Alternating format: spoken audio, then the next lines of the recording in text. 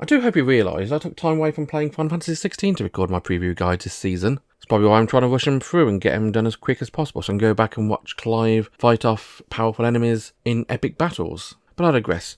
New anime season started in this July, and there'll be one anime missing from it to begin with, the anime which aired last week, Yohane the Parelian, Sunshine in the Mirror, because Love Live have done what Love Live does best and fuck over the UK by not releasing it in the UK. That means I won't be previewing it until it does, and even then I might not. We'll see how it goes. What I have looked up for is 4 more new shows airing this season. I'll let you know what I think of them, and I'll get back to playing Final Fantasy 16. Because this is a 2023 summer anime preview, from a different perspective.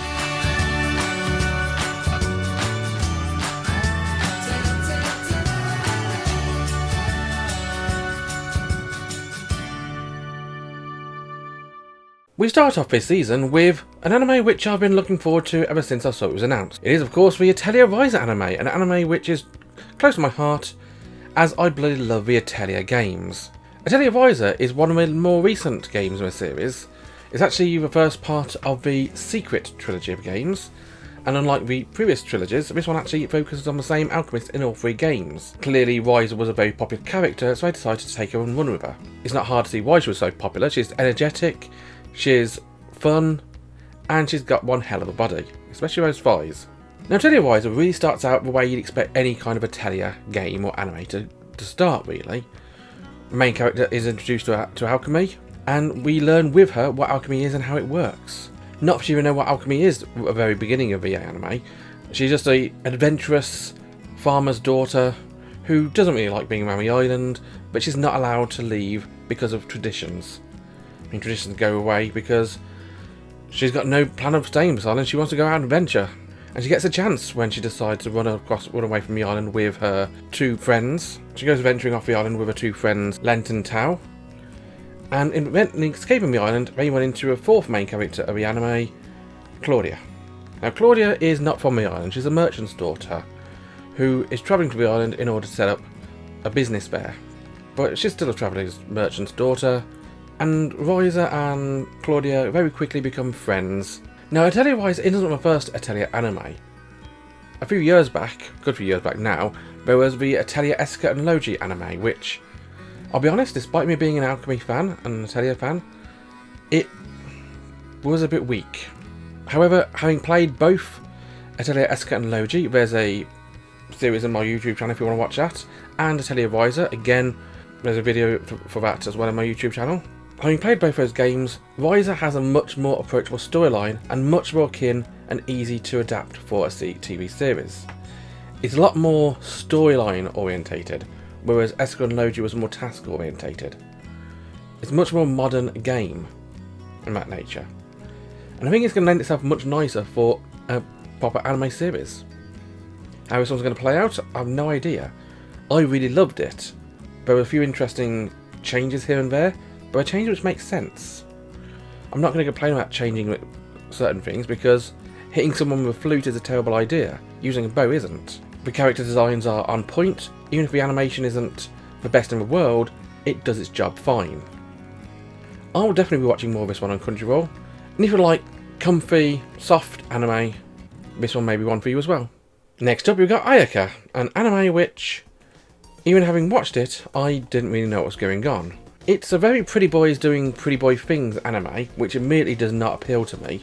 So much so I was only paying half attention during watching it. It's about our main character Yukito, who apparently has this special power which he doesn't really know about. He was sent over to live with some foster parents as he was growing up. Does the real parents not care for him? And upon graduating, he has to immediately leave school and travel back to his home island, the islands of Ayakajima, a weird mystical land with tiny little things flying around. I think they called one of them a Mitama, not sure if that's all of them. And they use their special powers to do stuff. The whole premise of it is a bit mystical. Pretty boys doing pretty boy things. One guy's got a magical bag which you can throw anything, including Yukito, into. Kind of useful, but kind of a bit lame, really. Yukito's got random power over water, I think. That's what it seems like anyway, especially in his dream.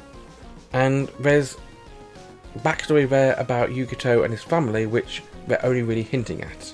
Now, AYAKA wasn't trash.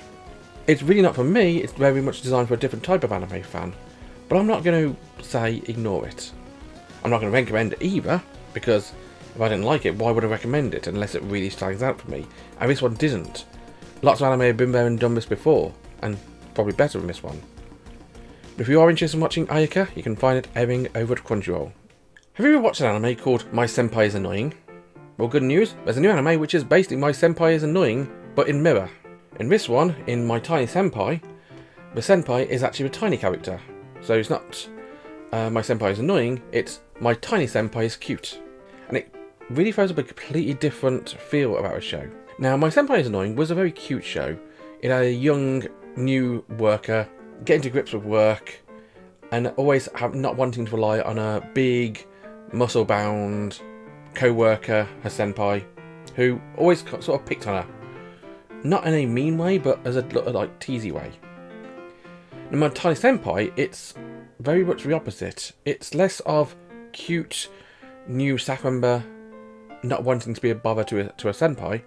It's relatively normal-looking guy not wanting to be too annoying to his little tiny co-worker senpai, whilst always leering on her and just poking fun at her for being so cute.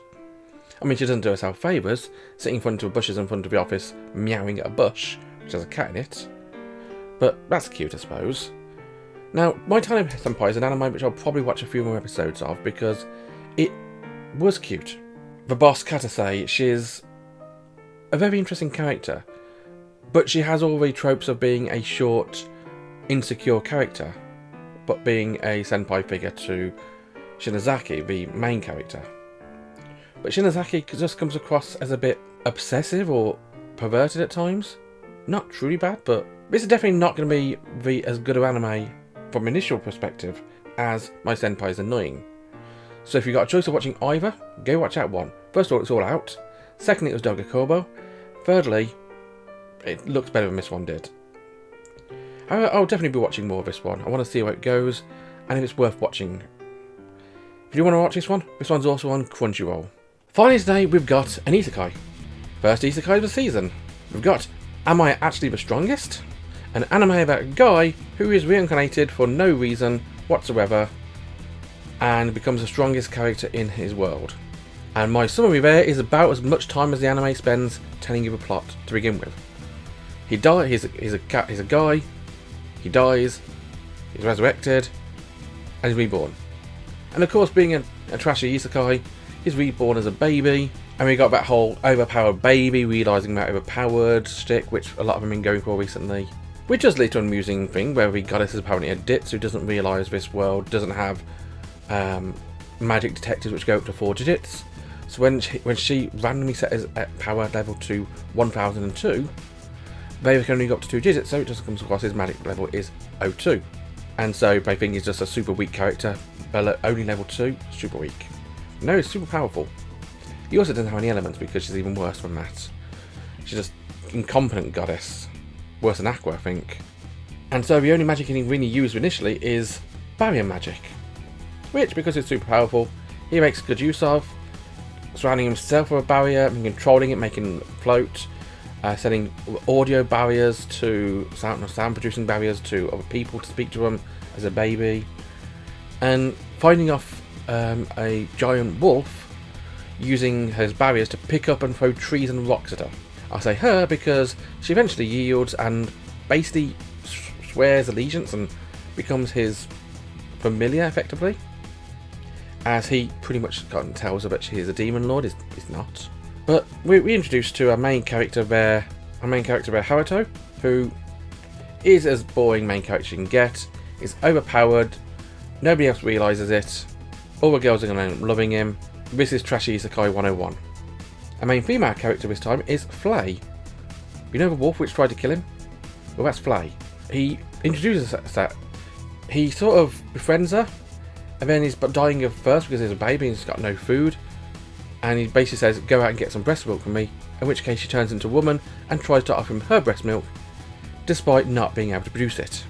She then proceeds to basically suggest to him that he help her produce breast milk, One thing, that's going to take too long. Second thing, it's not really biologically possible.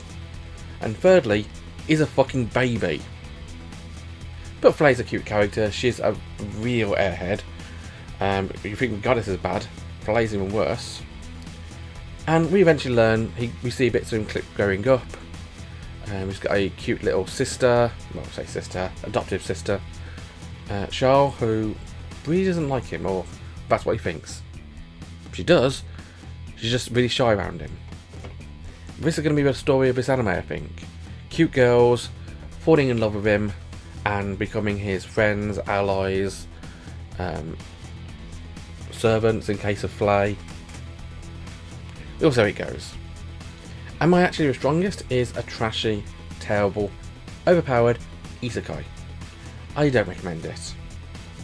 I'll probably watch all of it, because I always like watching at least one terrible isekai in the entire series, and this one appealed to me enough for me to watch more of.